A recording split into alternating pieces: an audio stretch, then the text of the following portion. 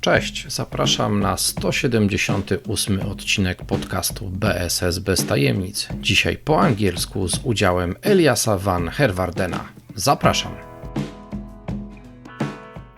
Let me see, I guess that we are online now.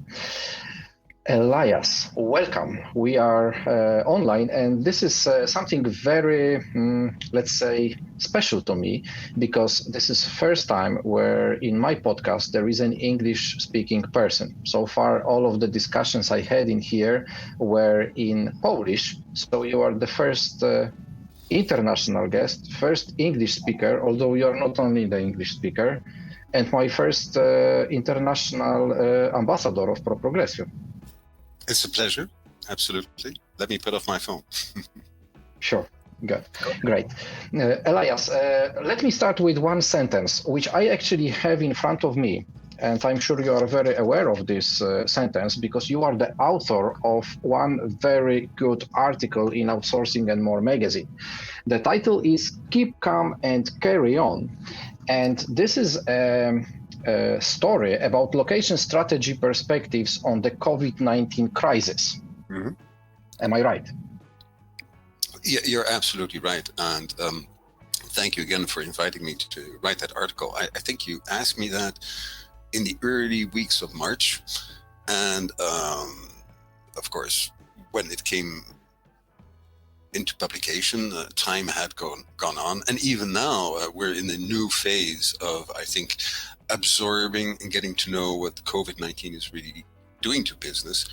But I think that I'm hearing more voices that say, indeed, keep calm and carry on.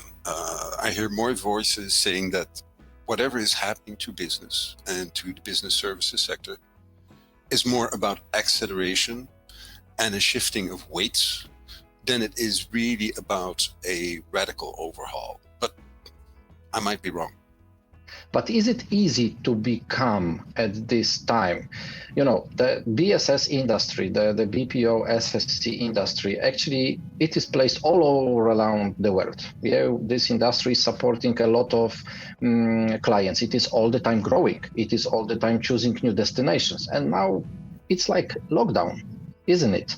So is it really easy to keep calm and carry on for this industry in these times? I think it is.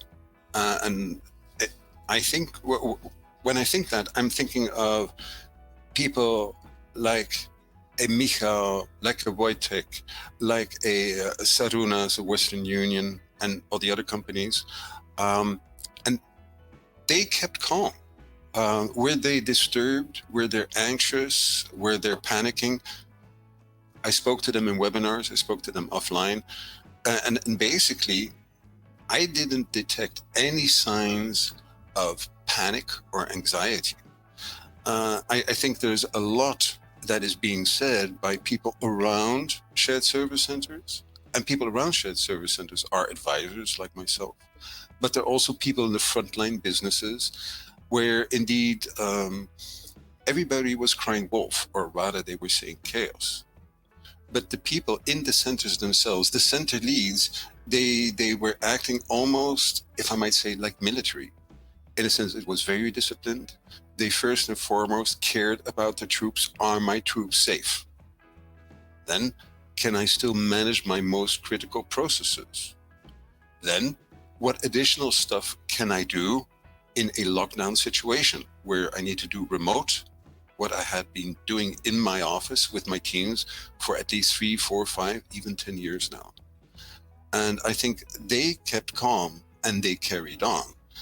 It's just that when I wrote the article, there was so much commotion going on. There was so much confusion. People were predicting the end of globalizations on the same day that others said globalization will never die. And I think what we tried to do in the article is just to clear the fog a bit. And it's not because it's fog that you should start running left or right, because you might run into a tree or a car or a brick wall. But going steady as you go, step by step, is what I then advocated, and I think it's exactly what many of the centers have been doing. They have been going forward step by step. Was it business as usual? No, of course not. I mean, transitions were slowed down. Recruitment, in some cases, was halted. In others, was slowed down. In even other cases, they continued and went for virtual platforms, Zoom, Skype, you name it, to continue. So slowly and steady, the business continued. So a lockdown, to come back to your point, Victor, is something that is temporary. And one day it will stop. And it is stopping all over Europe and the wider part of the world already now. And a lockdown is a temporary situation. It's not that we were sailing the Titanic into an iceberg. No, there was fog. And I'm a sailor. When there's fog, you slow down speed and you blow your horn. That's from the days before we had radar. But you blow your horn to really make other people aware, I'm here, keep your distance. That's what you do in the fog. I think what we've seen a lot, and we're still seeing it, unfortunately, is in these times of fogs, all of a sudden there's so many apostles that say, go left, go right, go up, go down. Excuse me? I don't think there has been a radical change. There has been a major challenge, but it all tapped into stuff that the BSS sector had been preparing for, BCP plans, not at this scale, but they had been preparing for remote work. They had been preparing for more automation. Now, whether that will all be structurally embedded in the system, yes. The question is, by when? And we can discuss if you wish. So lockdown is not a reason for panic. So keep calm and carry on. And if you are now having a look on wider perspective, not only on Poland, I have quite a good view of this, what is happening in Poland, but you talk to many people from various countries, various organizations, associations, city halls, and so on and so on. Do you see any differences between the countries and how BSS industry deals with the current situation? Or basically those are the same methods, the same approaches, everyone is well prepared, and so on and so on. Can you say something in that area?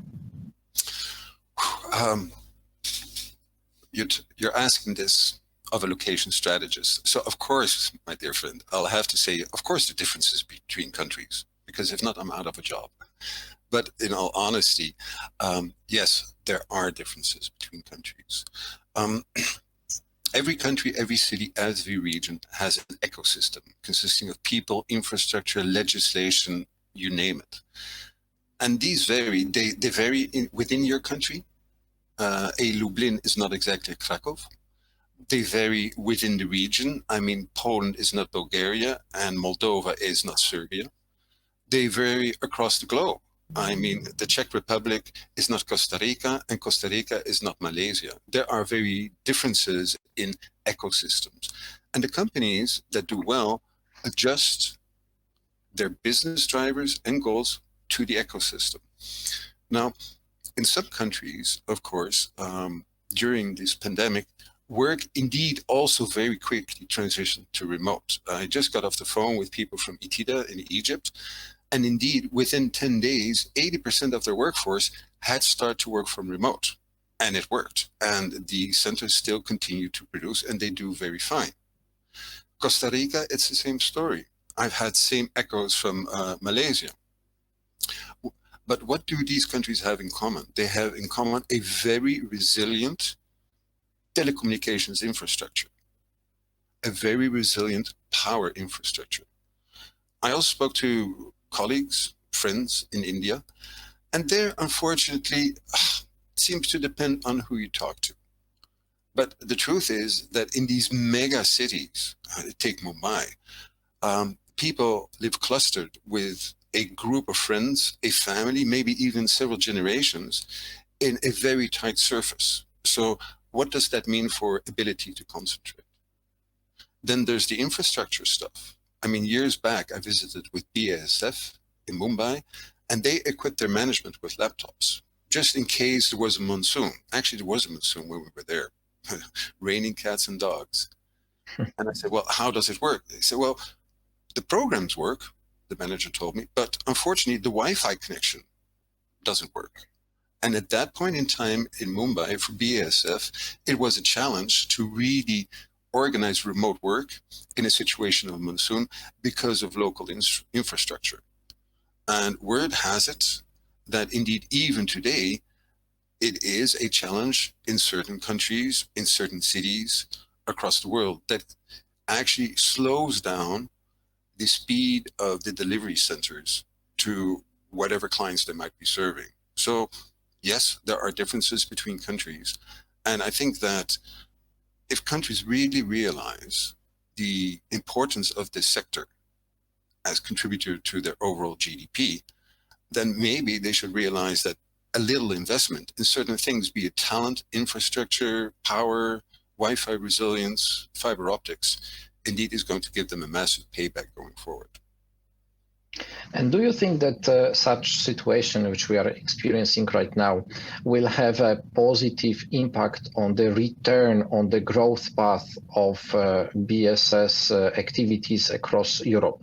Because the question why I ask it, I have noticed that within the last years we had up and downs. It depended on the year if there were newcomers coming and setting up the operation centers either in Poland or the other countries, and there were the years where actually there were much lower number of such investments. Actually, the last 2 years for Poland weren't too perfect. There were much less investments than in the previous years.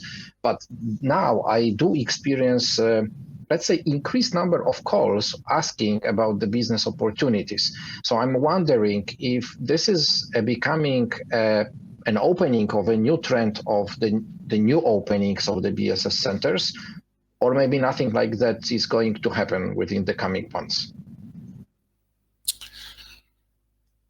It's a good question. You know me well. I like history. I like history because it teaches us a little bit about today and maybe gives us a glimpse to the future. Over the last 10 years, 15 years, this sector globally has been growing in terms of job creation 10% every year.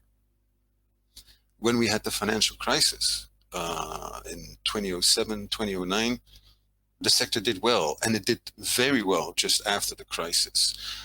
So I think we're talking about resilient sector. That means that this is not even an inflection point. It's a lockdown. We're stopping a little bit, but we will continue. There is no reason to believe why the sector would not grow in terms of workload. I think that, and that's a historic phenomenon. Show me a business service center that has not outgrown its initial mandate. They all do, and even within the first 12 months after they are created. I think what we're seeing now is that across the world, many business service centers actually showed themselves to be more resilient than the front line. They were more creative. They were more agile. That doesn't go unnoticed. You know very well. I mean, the reason why we all like each other in this sector is because everybody else hates us. The frontline business hates us. The CFOs kind of accepted that we were around, but we were there to save costs. Now, what many centers have shown in this period, thanks to their flexibility, their rush with practically possible solutions, operational delivery, I think the sector has gained many brownie points, which incites me to think that we will at least see a continued growth at the same pace and probably even a better growth in terms of work. Now, the important element of that sentence, Victor, is terms of work, because there is stuff that had been moving to RPA, that had been moving to automation. So if the work volume grew, it did not directly impact the number of jobs that were created. I think going forward, we'll see the same thing.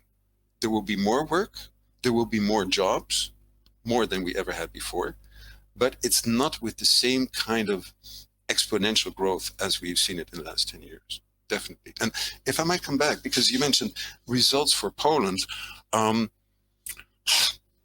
So I compare it to a baby elephant. And first it grows very quickly, and then it grows very slowly, but it still stays an elephant. And so if Poland has been experiencing a lesser growth than before, okay, is an elephant weeping because it has only grown 1 inch in the last year? No, because that 1 inch of elephant is much more than many of the other species that are around it. And I think, yes, it's true, Victor. We have seen other countries in Central Europe, that's the European part, but also Ukraine, for example, even in Egypt, we have seen very fast growth in headcount there. But even if Polish growth has slowed down a bit, given their market share, given the share of the clusters, I don't think we should be worried about that. This is not the end of the Poland sector. It's just the beginning of something that could be new. Now that you're an elephant, okay, what do you do? Where do you hunt? What do you eat?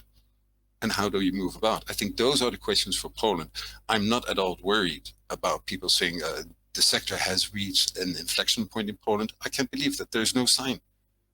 I mean, just look at it, and then I'll shut up and listen to you for a while. But Sure. I looked at a report at the turn of the century. We had like 6 cities in the whole of Central Europe that catered to the need of the BSS sector, and they were all the capitals of the new member states, right? The latest ABSL Poland report cites 36 cities. If you go back 10 years to ABSL reports, we probably have 6 to 8 cities in Poland alone. I think there's still a lot of space to grow in Poland, but there's also, let's face it, there's space to grow outside of Poland. And I don't think that companies are staying away from Poland because of a perception that the market might be just saturated. It's not true. But there are good opportunities all across Central Europe, and I think that's a good thing. And maybe it's going back to history, if I might say that. In the old days, there was a very big Commonwealth of Poland and Lithuania that went from the Baltics way down to the Black Sea. And now we start worrying that we create borders. This is a global business, and Central Europe is like a regional global hunting ground. Businesses will settle all over, and one way or the other, given the size of Poland, they will always benefit, either because they will supply to other businesses or because they will buy from other businesses. They will buy stuff that they don't want to do in Poland anymore. Yeah, I do agree. Actually, in Pro Progressio, since the very beginning when we started, it was 2012, we were defining at least 16 destinations in Poland already. So we were not only focusing on those big 3 cities, which were Warsaw, Krakow, and Wrocław, and they still are great destinations. But this potential of the regional cities was already visible, was already seen.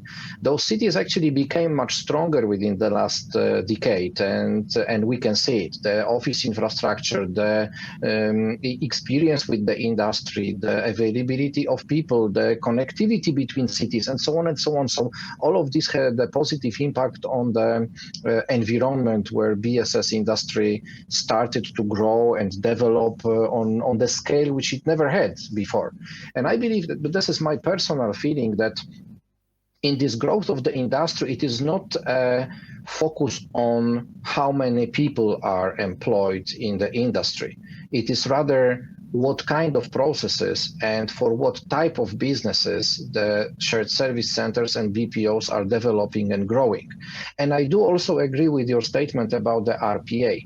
Yes, the robots are the digital workers which work with us now on daily basis. Some of them do simple stuff, some of them do more, let's say, artificial and more advanced, but they are.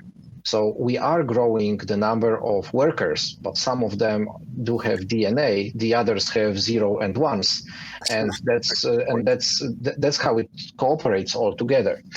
And maybe one more reflection about the speed of the growth. Of course, 2 decades ago, it was easy because the big guys were opening their centers. So the big companies from Fortune 100, they decided, okay, we will land in this country, we will set up 2,000, 4,000 seats for our employees and so on and so on. But the number of big companies is limited.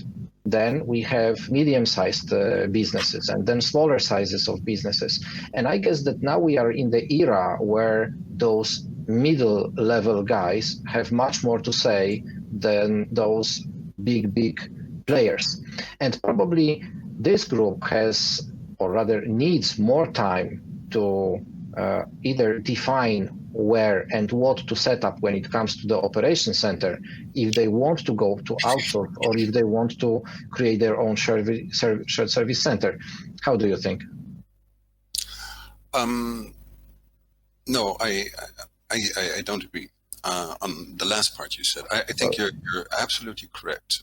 Initially, we had the big guys, but I think what we've seen, particularly indeed since around the start of the second decade, 2010, 2012, we saw smaller companies. We saw globally more companies adopted the concept of shared services, GBS, even outsourcing did extraordinarily well in those days. So more companies came. But what I've seen is that even these medium-sized companies, they benefited from the learning curves that the bigger boys and sisters had taken before them. And it is true, you're absolutely right on that. Some of these smaller companies take more time. They're family owned, they've never been abroad, let alone going into Central Europe. And unfortunately, some people still think that Central Europe is somewhere behind an iron curtain. They probably didn't watch television for the last 30 years, but these people do still exist, Victor. So some companies, by their nature and DNA, are at best late followers. But I think a lot of the medium-sized companies and the investments, just check at the names through Poland, through Czech Republic, through Hungary, through Bulgaria. Look at Lithuania. I mean, Lithuania has centers of companies that didn't exist 15 years ago that put their global center into Vilnius, Kaunas, or even Klaipėda. So I think there are many smaller size companies that are entering, and they have the benefit. They have the benefit because there are many forums. The sector is internationally recognized. We got the ABSLs, the NASCOMs, the Pro Progressios. There are so many organizations supporting the growth and the content of the sector. I think it's easier than ever to set up these service centers. I think also what we see, and you mentioned the case where initially in 2012 you had a handful of cities, and now we see the Gdansk, we see the Poznans, we see Rzeszów, just to talk about Poland, your country, popping up. Many of these mayors and their development agencies have said, oh, this is great for my people. I need to get the infrastructures in. I need to get the universities to talk to business so that we have the right schooling for this sector. So I think that it has been easier than ever to set up business, and it's easier than ever for cities to get into the game as well. I mean, I'm talking to cities on the Black Sea as we speak that said, we want to join the game. I said, well, okay, that's easy. Just go and visit with some of these Polish cities, with some of these Hungarian cities, go to Lithuania, and tell me what you see. And they came back and they said, it's perfect. I said, okay, now what are you going to do? Oh, it's going to take us 20 years. I said, no, you got 2 years. 2 years. Because, that's maximum. Yeah, at max, because some of these cities are quick on the uptake. And just like the companies, like these middle-sized BSS companies, cities will need to move very quickly if they want to enter the game. But examples are many. Plovdiv. I mean, where was Plovdiv? Who was Plovdiv? Plovdiv is now the second center in Bulgaria for these activities. I mean, Rzeszów, I finally know how to pronounce it, but 5 years back, I mean, who was in Rzeszów? And now it's a cluster in itself. Same can be said for Olsztyn, Białystok, Lublin. There are so many places that are popping up because they have the right ingredients, and the local people finally got it. They said, we have the talent. We have the connectivity. Let's just make sure that we are on somebody's radar screen. Because now, Victor, I think what we're seeing, yes, a lot of projects still go to tier 1, tier 2 cities, but but definitely with the need of more locations for resilience, with the need for more people and a distributed structure, I think there's great opportunity out there for tier 3 and tier 4 cities. I fully agree with that. And to be honest, I guess that tier 1 locations, they will never be forgotten, because they are very easy to go. There is the biggest experience, the biggest maturity, the biggest access to very, very experienced know-how and knowledge about how to do this business. So for everyone who is a new player, this is the destination which has to be considered. The question is if at the final stage it will be chosen, but it should be considered as one of the first choices to go. I think it is a lot of right in this, what you said, that now cities and country authorities know how to support the industry. I still remember a few years ago talking to Invest Lithuania, for example, where the knowledge about the BPOs was not on the head level of the agency, but it was on a, let's say, specialist level in this agency. Now it is one of the priority industries for the whole country.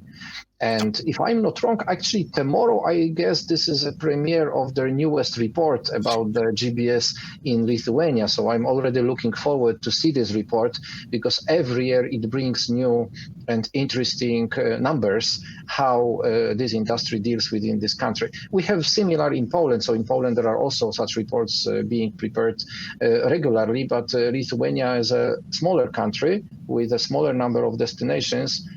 Those numbers are very impressive when it comes to the single cities. Yeah. So in Poland, it is more distributed, I would say.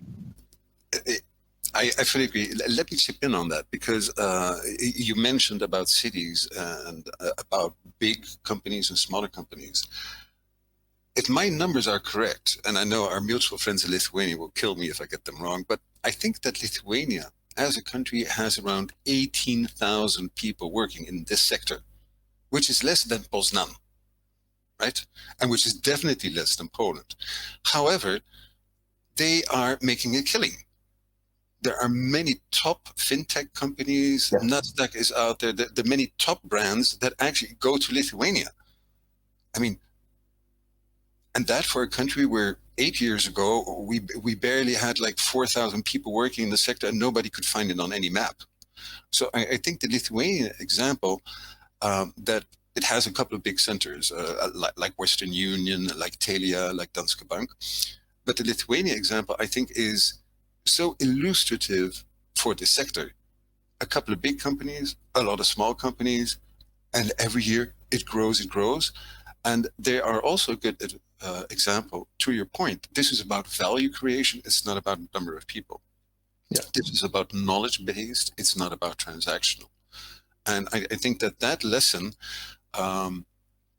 in Lithuania, you can apply to a country. It's a relatively small country in terms of population, great in history, but small in population. Cities can learn from that as well. Regions in Poland and throughout Central Europe and globally can learn from that as well.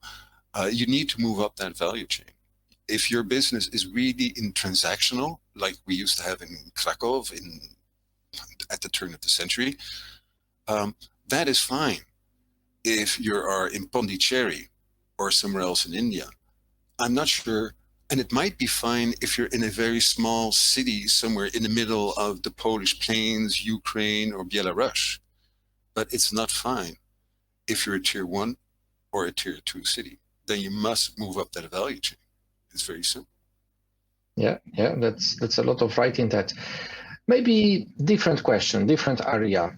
Let's look or try to have a look into the future. Yep. What kind of industries do you think will focus more on centralization of their processes and moving into GBS and SSC structures?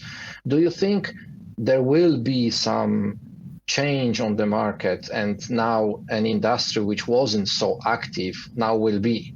Like, we have examples from the future, from the past, that pharma, oil, banking, and so on, they had already created their shared service globally. Do you think there might become a time now in the closest future that completely new industry will increase their presence in the GBS-SSC, or it will rather keep on moving across all of the industries like it did within the last 5 years? I think, Victor, it's probably going to be a bit of both. I think that across sectors, there's still many companies that did not do it. And they will be incentivized to start considering it very seriously going forward. I think it's also a question of money. I mean, you've read the reports. There is no money more in the world anymore. The CFOs and companies are holding on to their cash. They limited even intra-company and internal investment. Recruitment freezes are one of them. CapEx, OpEx expansions are absolutely off the table because all funds are needed to really, to pay something against the holes that the frontline business took. So I expect that indeed we might be seeing a bit of a slow-mo in the next 8 to 12 months, but it's a two-edged sword because at the same time, by putting stuff into a centralized, or let's call it a shared services organization, because I think it will not be about one center, it will be about multiple centers because of resilience. That's a way to reduce costs, to increase efficiency, so more companies will be going. To your question, would we see an acceleration in certain sectors? What I will be looking for is sectors where we have a good demand in the market, take food, with a reasonable margin, because you need to pay for setting up and transitioning to shared service centers. Food is definitely one of them. Toys, it's a consumable good. You might argue people will not be spending on that. People always spend on kids. And in terms of toy... And on women. Well, what do you mean? You don't spend on your kids? I mean, I see your pictures all the time. You spend on your kids. Oh, but I do. I think that also in consumables that are necessary, we will see it. Of course, everybody has said this is going to be about e-commerce and all that kind of stuff. I'm not going to repeat that. So I think we will see a bit of a slow-mo, paralleled by an acceleration of those that did not have it. And then probably a new wave, it's not going to be a big wave, but a new current will be coming from industries that are into consumables and that have a relatively comfortable margin going forward.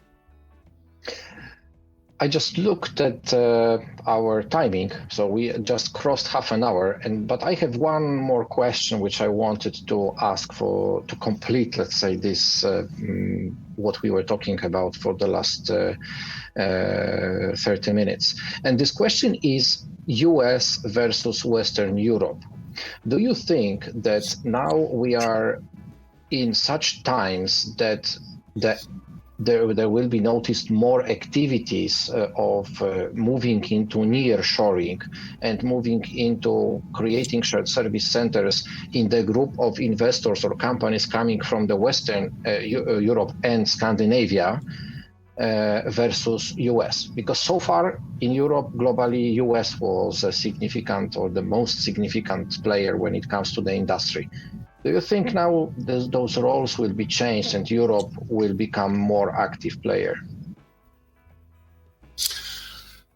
I think that relatively speaking, we might see that Western European companies will take up a larger share of the total sectoral activity. Not because US companies will start reshoring it to the United States of America. It's not possible. Cost-wise, it doesn't make sense. Culture-wise, market proximity, all that kind of stuff, it doesn't make sense, except for stuff that is very transactional. But if it's transactional, I think we will put it into a non-DNA worker, like you call them. Yeah. You're not going to exchange a job from somebody in Warsaw for a job of somebody in Minneapolis, St. Paul, or something like that. That's not going to happen. The US companies that are in Europe today, the majority of them are here because they are here. They are here for the market. They're not necessarily here because this is the best place on earth. to do shared services. There are more places on Earth. Some US companies indeed have set up global centers, even in your own company in Poland. But many of them have been in Europe for the last 60, 50, even 70 years. And that's why they also know the territory, and that's why they set up the centers.